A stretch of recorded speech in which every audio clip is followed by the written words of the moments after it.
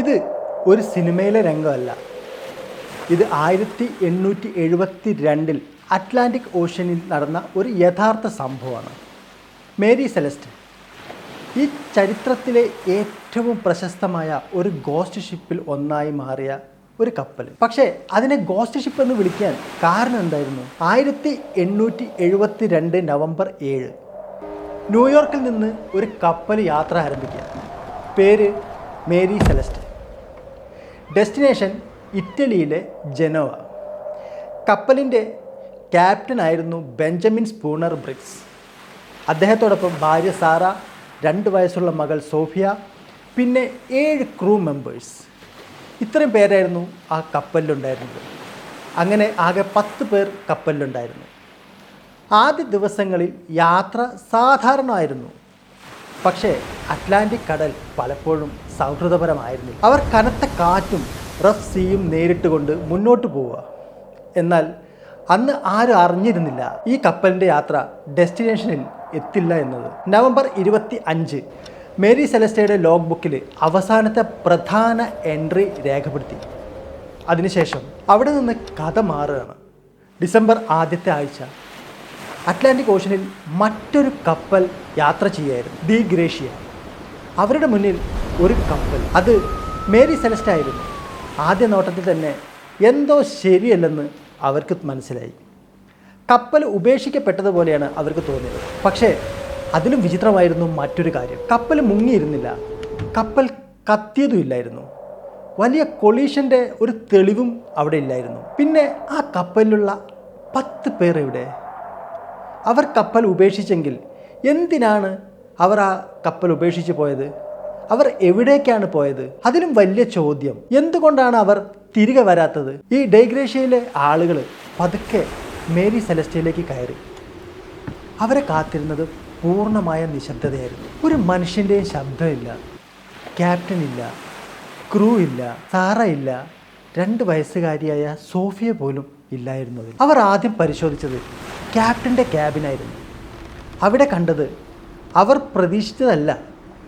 ക്യാപ്റ്റൻ്റെ ചില personal belongings അപ്പോഴും അവിടെ തന്നെ ഉണ്ടായിരുന്നു. കപ്പലിലെ പല സാധനങ്ങളും അവിടെ തന്നെ. പക്ഷേ ക്യാപ്റ്റനില്ല. അദ്ദേഹം എവിടെ പോയി? പിന്നെ അവർ ഭക്ഷണവും വെള്ളവും എല്ലാം പരിശോധിച്ച് നോക്കി. അവിടെ അതിനൊന്നും യാതൊരു കുറവും ഉണ്ടായിരുന്നില്ല. മാസങ്ങളോളം യാത്ര തുടരാൻ മതിയായ സപ്ലൈസ് ആ കപ്പലിലുണ്ടായിരുന്നു. അപ്പോൾ വിശപ്പ് കാരണമല്ല അവർ പോയത്, ദാഹം കാരണവുമല്ല അവർ പോയത്. മേരി സെലസ്റ്റ് ഒരു സാധാരണ പാസഞ്ചർ ഷിപ്പ് ആയിരുന്നില്ല. അതിൻ്റെ പ്രധാന കാർഗോ ഇൻഡസ്ട്രിയൽ ആൽക്കഹോൾ ആയിരുന്നു. ആകെ 1701 ബാരൽസ്. പിന്നീട് ഈ ആൽക്കഹോൾ തന്നെയാണ് മിസ്റ്ററിയുടെ ഏറ്റവും വലിയ തിയറീസിലൊന്നായിട്ട് മാറിയത്. പക്ഷേ അതിലേക്ക് നമുക്ക് കുറച്ച് കഴിഞ്ഞിട്ട് വരാം. പക്ഷെ ഒരു കാര്യം തീർച്ചയായിട്ടും സാധാരണ ആയിരുന്നില്ല. കപ്പലിൻ്റെ അടിഭാഗത്ത് വെള്ളം ഉണ്ടായിരുന്നു. ഏകദേശം 3-3.5 അടിയോളം വെള്ളം. ഒരു ക്യാപ്റ്റനെ ഭയപ്പെടുത്താൻ അത് മതിയായിരുന്നു. പക്ഷേ അതിലും വിചിത്രമായ മറ്റൊരു തെളിവുണ്ടായിരുന്നു. കപ്പലിലെ 2 പമ്പിൽ ഒന്ന് ഡിസസംബിൾഡ് ആയിരുന്നു. ആരെങ്കിലും അത് റിപ്പയർ ചെയ്യാൻ ശ്രമിച്ചിട്ടുണ്ടായിരുന്നോ? അല്ലെങ്കിൽ വെള്ളത്തിൻ്റെ അളവ് മനസ്സിലാക്കാനായിരുന്നു? അത് ഇന്നും ഉറപ്പായിട്ട് അറിയില്ല ആർക്കും. പിന്നെ അവർ പുറത്തേക്ക് നോക്കി. ലൈഫ് ബോട്ട് അവിടെ എവിടെയും ഉണ്ടായിരുന്നില്ല. മേരി സെലസ്റ്റിനുണ്ടായിരുന്ന ഏക ലൈഫ് ബോട്ട് കാണാതായിരിക്കുന്നു. അതായത് ചിലപ്പോൾ അവർ സ്വയം കപ്പൽ വിട്ട് പോയതായിരിക്കാം. ഇവിടെയാണ് മേരി സെലസ്റ്റിൻ്റെ യഥാർത്ഥ മിസ്റ്ററി തുടങ്ങുന്നത്. ഒരു കപ്പൽ മുങ്ങിയില്ല. കപ്പലിൽ ഭക്ഷണമുണ്ട്, വെള്ളമുണ്ട്, കാർഗോ കൂടുതലും ഇൻടാക്റ്റാണ്. പക്ഷേ ക്യാപ്റ്റനും കുടുംബത്തിനും ക്രൂവിനും കപ്പലിൽ തുടരാൻ കഴിഞ്ഞതേയില്ല. എന്താണ് അവരെ ലൈഫ് ബോട്ടിലേക്ക് കയറ്റിയത്? അവർ കപ്പൽ വിട്ടത് ഒരു അപകടം ഭയന്നിട്ടാണെങ്കിൽ ആ അപകടം എന്തായിരുന്നു? അവർ ലൈഫ് ബോട്ടിൽ കയറി കപ്പൽ വിട്ടു. പക്ഷേ എന്തിനാണ്? മേരി സെലസ്റ്റ് ശരിക്കും മുങ്ങാൻ പോവുകയായിരുന്നു. കപ്പലിൽ എന്തെങ്കിലും ഭയപ്പെടുന്ന സംഭവം നടന്നോ? അല്ലെങ്കിൽ അവർ എടുത്ത തീരുമാനം അത് തന്നെ ആയിരുന്നോ അവരുടെ അവസാനത്തെ ഏറ്റവും വലിയ തെറ്റായിട്ട് മാറിയത്? ആദ്യത്തെ തിയറി ആൽക്കഹോളാണ്. മേരി സെലസ്റ്റിൽ 1701 ബാരൽ ഇൻഡസ്ട്രിയൽ ആൽക്കഹോൾ ഉണ്ടായിരുന്നു. ആൽക്കഹോൾ വേപ്പർ കെട്ടിക്കിടന്ന് എക്സ്പ്ലോഷൻ ഉണ്ടാകുമെന്ന് ക്യാപ്റ്റൻ ഭയപ്പെട്ടിരുന്നിരിക്കാം എന്നൊരു തിയറി പിന്നീട് ഉയർന്നു വന്നിട്ടുണ്ടായിരുന്നു. അങ്ങനെ ആയിരുന്നെങ്കിൽ ക്രൂ ഉടൻ കപ്പൽ വിട്ടു പോകുമെന്ന് മനസ്സിലാക്കാം. പക്ഷേ ഈ തിയറിക്ക് വലിയൊരു പ്രശ്നമുണ്ട്. അവർ ശക്തമായ ആൽക്കഹോൾ ഫ്യൂംസ് ഒന്നും റിപ്പോർട്ട് ചെയ്തിട്ടുണ്ടായിരുന്നില്ല. ഈ boarding party main hatch secured ആയിട്ടാണ് കണ്ടെത്തിയത്. അതേസമയം 9 ബാരൽ എംപ്റ്റി ആയിരുന്നു. അത് ആൽക്കഹോൾ തിയറിയെ കൂടുതൽ ശക്തമാക്കാനായിട്ട് ചിലർ കരുതിയിട്ടുണ്ട്. പക്ഷേ ആ 9 ബാരൽ മറ്റുള്ളവയിൽ നിന്ന് വ്യത്യസ്തമായ വുഡ് കൊണ്ടുള്ളതായിരുന്നു. അവ ചോർന്നതാകാമെന്ന സാധ്യതയുണ്ടായിരുന്നു. അതുകൊണ്ട് എക്സ്പ്ലോഷൻ നടന്നുവെന്ന് തെളിയിക്കുന്ന ഒരു തെളിവായിട്ടും ഇതിനെ കാണാൻ കഴിയില്ല. രണ്ടാമത്തെ തിയറി കടലാണ്. മേരി സെലസ്റ്റ് യാത്രക്കിടെ മോശം കാലാവസ്ഥ നേരിട്ടിട്ടുണ്ടായിരുന്നു. അവസാന ദിവസങ്ങളിൽ ശക്തമായ കാറ്റും റഫ് സീയും ഉണ്ടായിരുന്നുവെന്ന് രേഖകളിൽ നിന്ന് മനസ്സിലാക്കാം. ഒരു എക്സ്പീരിയൻസ്ഡ് ക്യാപ്റ്റനെ പോലും ഭയപ്പെടുത്താൻ ഇത് മതിയായിരുന്നോ? ഒരുപക്ഷെ അതുമാത്രം കപ്പൽ ഉപേക്ഷിക്കാൻ മതിയാകുമായിരുന്നില്ല. മിസ്റ്ററിയുടെ ഏറ്റവും ഇൻട്രസ്റ്റിംഗ് ഭാഗം ഇവിടെയാണ്. ക്യാപ്റ്റന് തൻ്റെ ഷിപ്പ് എവിടെയാണെന്ന് കൃത്യമായിട്ട് അറിയാമായിരുന്നോ എന്നുള്ളത്. ഒരു ഇൻവെസ്റ്റിഗേഷൻ ഇത് പിന്നീട് സൂചിപ്പിക്കുകയും ചെയ്തിട്ടുണ്ടായിരുന്നു. മേരി സെലസ്റ്റിൻ്റെ ക്യാപ്റ്റൻ കരുതിയതിനേക്കാൾ ഏകദേശം 120 മൈൽസ് പടിഞ്ഞാറായിരിക്കാം എന്നതാണ്. കാരണം ക്രോണോമീറ്ററിൻ്റെ ഇനാക്കുറേറ്റ് റീഡിംഗ് ആയിരിക്കാം അത്.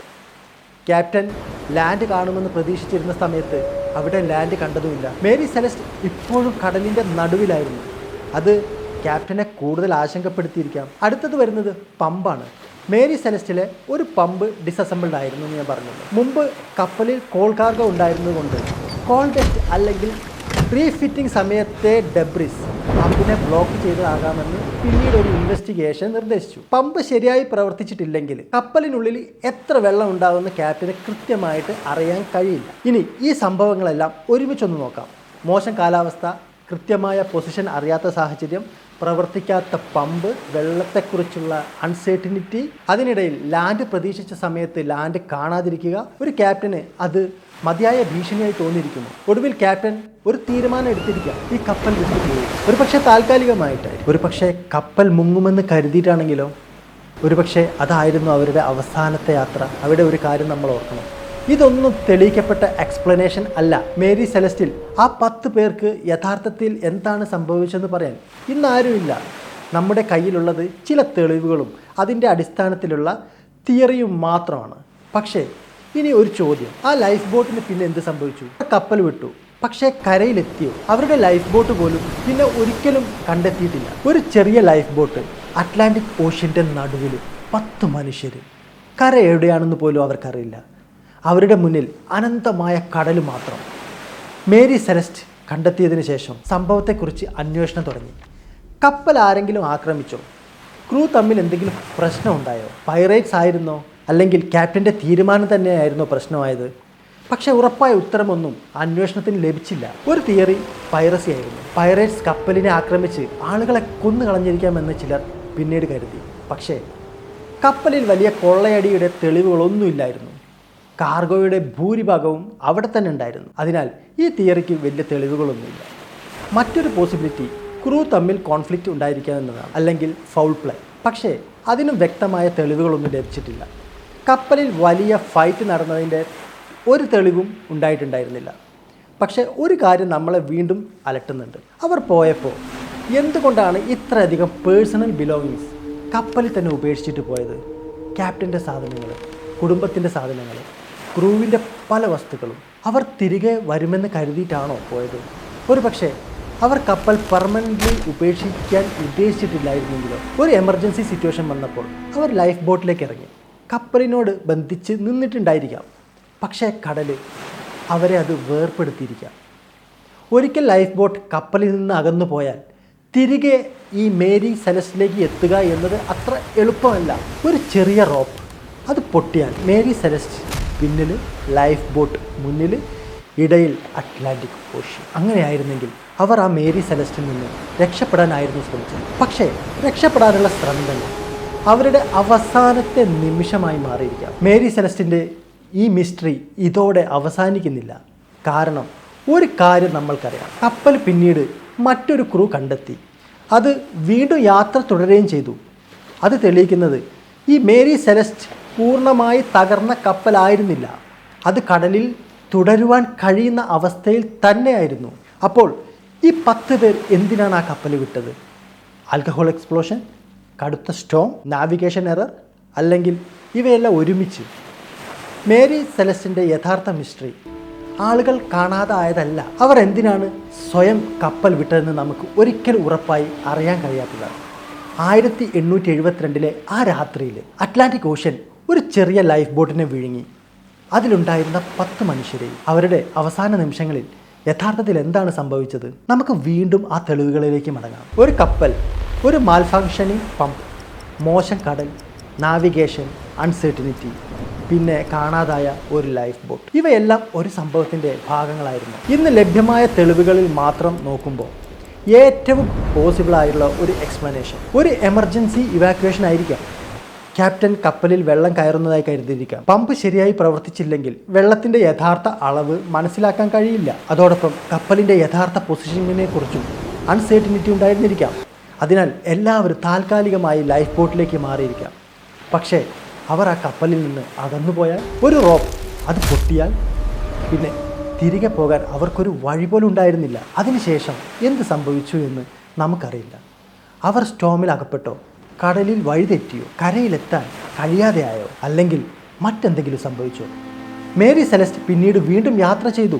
പക്ഷേ കപ്പലിൽ നിന്ന് കാണാതായ 10 പേരെ വീണ്ടും ആരും കണ്ടിട്ടില്ല. കപ്പൽ ജീവിച്ചു, പക്ഷേ അതിലെ മനുഷ്യർ ചരിത്രത്തിൽ ഒരു മിസ്റ്ററിയായി മാറി. മേരി സെലസ്റ്റിൻ്റെ കഥയ്ക്ക് ഒരുപാട് തിയറീസ് ഉണ്ട്. Ghost ship, pirates, explosion. പക്ഷേ ഇന്നും ഒരു തിയറിക്കും ആ 10 പേരുടെ അവസാനത്തെ നിമിഷങ്ങളെക്കുറിച്ച് പൂർണ്ണമായി വിശദീകരിക്കാൻ ഇതുവരെ കഴിഞ്ഞിട്ടില്ല. അതുകൊണ്ടാണ് മേരി സെലസ്റ്റ് ചരിത്രത്തിലെ ഏറ്റവും വലിയ മാരിടൈം മിസ്റ്ററീസിലൊന്നായിട്ട് ഇന്നും നിലനിൽക്കുന്നത്. നിങ്ങളുടെ അഭിപ്രായത്തിൽ ഈ മേരി സെലസ്റ്റിൽ യഥാർത്ഥത്തിൽ എന്താണ് സംഭവിച്ചത്? ഒരു ആക്സിഡൻ്റ് ആണോ? ഒരു തെറ്റായ തീരുമാനമാണോ? അല്ലെങ്കിൽ നമുക്ക് ഇനിയും അറിയാത്ത എന്തെങ്കിലും? കടൽ ചില രഹസ്യങ്ങൾ ഒരിക്കലും തിരികെ നൽകാറില്ല. എൻ്റെ ഈ വീഡിയോ ഇഷ്ടപ്പെട്ടിട്ടുണ്ടെങ്കിൽ കമൻറ്റ് ചെയ്യാനും ലൈക്ക് ചെയ്യാനും സബ്സ്ക്രൈബ് ചെയ്യാനും ഒന്നും മറക്കരുത്. അടുത്തൊരു വീഡിയോ ആയിട്ട് കാണും വരേക്കും ബൈ.